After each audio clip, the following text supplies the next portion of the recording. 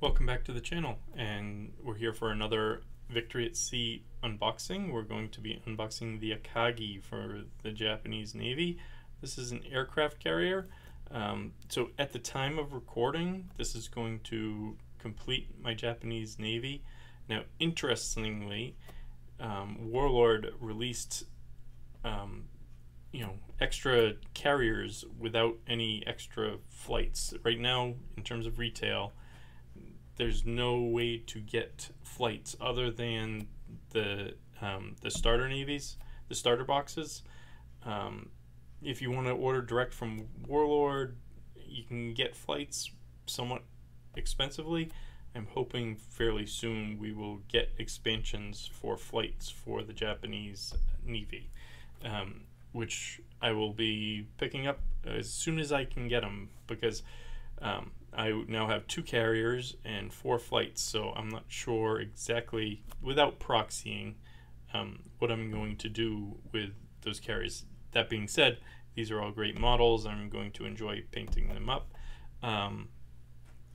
But at least as the game stands right now, it's a little bit harder to play these with Victory at Sea parts, because of the lack of flights in the game at the moment. So we're going to open this up and see what we get in the box.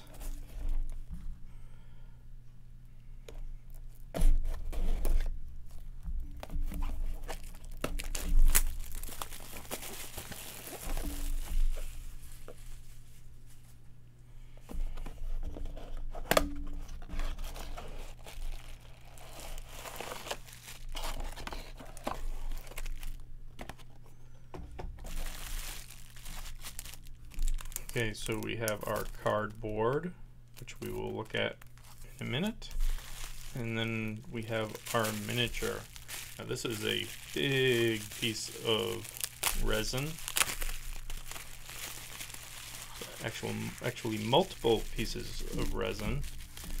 So this is interesting. This is the first ship that I have that comes in multiple big parts. So we have the deck parts, which are going to require some cleanup before we can get them connected. And then we have the base here. And I believe this would go here, and this is going to go here. They're not going to fit too tightly just yet, but that's how it's going to go. Obviously, they must have found that they couldn't cast this in a single piece, although I do know that some of the metal bits are going to be in that overhang there, so that may have been another reason why you would do that, in order to get a nice look. We do have our metal bits packaged by Morgan. Thank you, Morgan. And then our metal bits, and so we have our superstructure, these pieces that are going to be braces. If we look at our card here, the braces underneath the forward and aft decks, and other bits that are going to be going on there. I believe that this is the exhaust. The exhaust mounts on the side, I believe. So very nice. So just as a comparison, so we just unboxed our submarines, so we talked about those in that unboxing. I will include a tag up here someplace in order to see the unboxing of the submarines. You can see the comparison of size for the submarines to the Akagi, and then we will also compare it to the size of the Yamato. So it actually looks like the base is basically exactly the same size as the Yamato. So a hefty chunk of resin, the biggest chunk of resin that is in the game so far in terms of the base size. So why don't we get this out of the way, and we will look at our cards.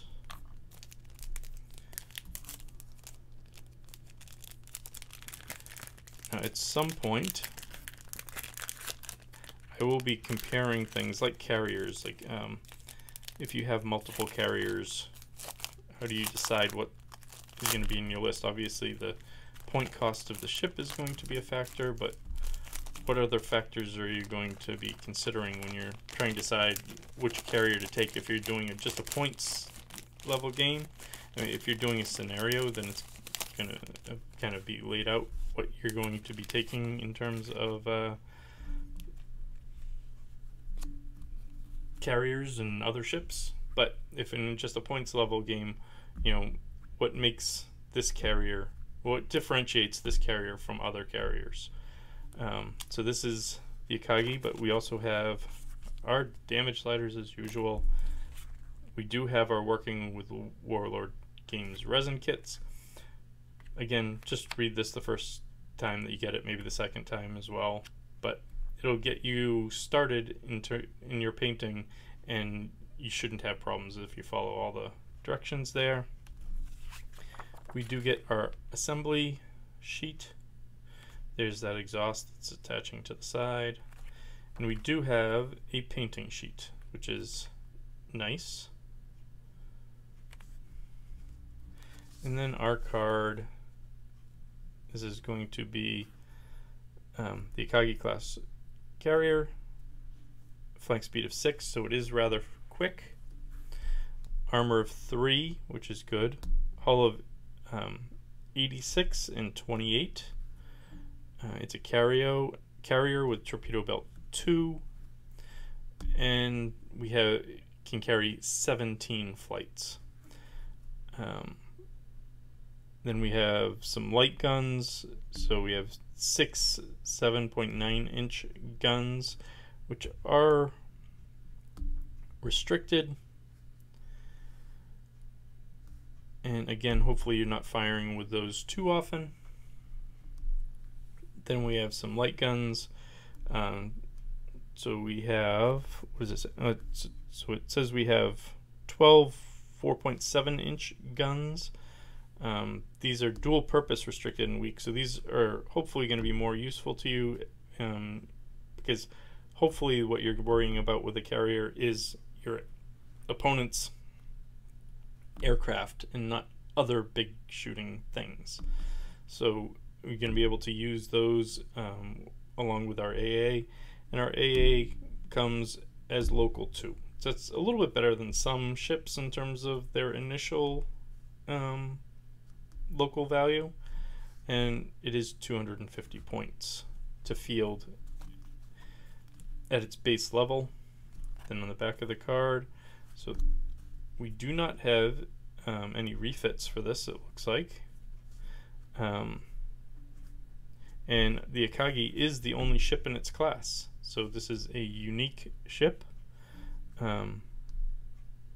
It's real life stats, commissioned in 1927, and our history of the ship.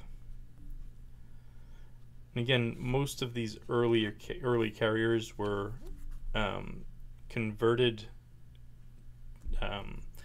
battleships and or cruisers,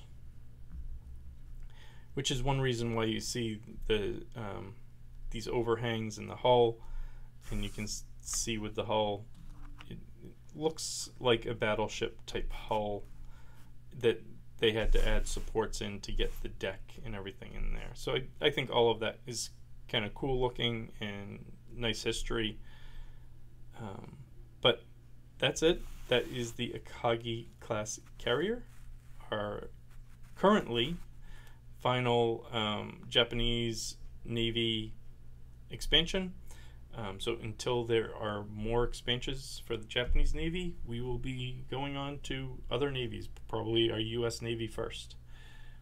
So thank you very much. Thanks for watching. If you're interested in Victory at Sea and or the Japanese Navy, please like and subscribe. We're working on finishing, we're working on painting our US Navy, and as soon as we have that done, we will be doing some learn to plays videos, as well as some battle reports. So stay tuned for that. Thank you very much, and we'll see you next time.